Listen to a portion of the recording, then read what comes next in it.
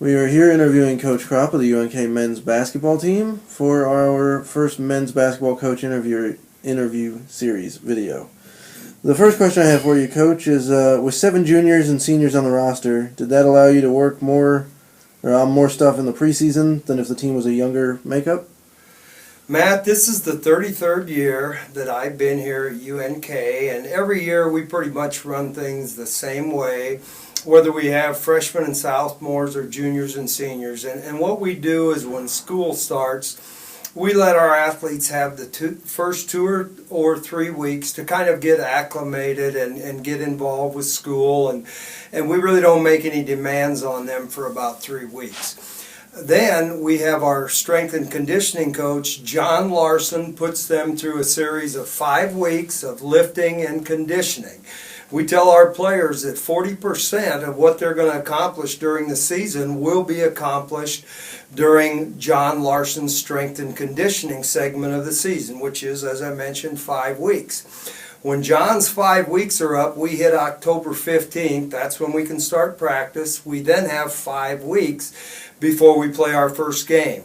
Matt, during those 5 weeks, again, it doesn't matter how old the players are, we work on fundamentals. We work on basic passing, dribbling, rebounding, checking out, basic one-on-one defense. Because if you can't do those little things, you'll have a hard time having a good team. So we tell them that the second 5 weeks of fundamentals will again determine another 40% of how successful they are.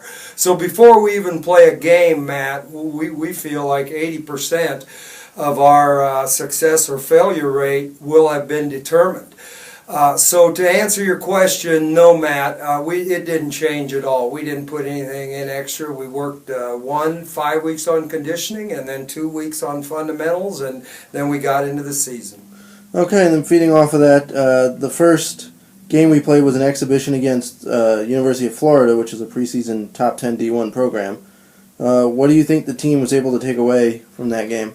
You know, more than anything, Matt, to have that opportunity to fly down to Florida and spend a week is a tribute to John McBride. And we tell our kids that when you play a sport or even if you're a student, you want your teacher to respect you in the classroom. On the court, you want your opponent to respect you, as well as your teammates. Well, it was really a highlight for all of us to see the respect that our athletic director, John McBride, has at Florida. I believe he worked there for 11 years, worked in fundraising. Matt, when we got down there, we had the president of the university chasing him down. We had the athletic director at the University of Florida. They had tremendous respect for John McBride. When we walked out on the court to play the game, the first guy that came down to the bench was Billy Donovan, the head coach of Florida, who has won a couple national championships. First words out of his mouth were, "Where is John McBride?" So I think more than anything that we took away is we got to see the respect that people had for John McBride, even though he'd only been there for 11 years. And that's something we really accentuate and preach to our kids, that whatever happens, you want people to respect you, but you have to earn that respect. And John McBride has definitely earned the respect of the people around the University of Florida, and it was very uplifting for all of us to see that. Okay, and then the early part of the regular season started with 4 road games and 5 nights. What were the challenges of dealing with a schedule stretch of that nature?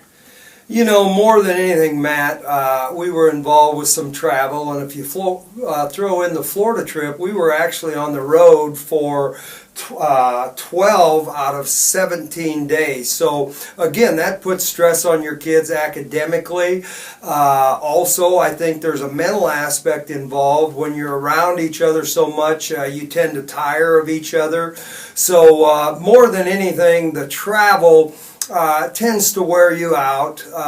Being around each other, I don't think it's that much of a thing physically. You play 4 games in 5 days. A game is 40 minutes long. A practice, we told our kids too, is 2 hours long. So would you rather go out and play a 40-minute game or go practice for 2 hours? So I guess the thing where it did put some strain on us was just being on the road, being away from home, being away from school, that more than anything.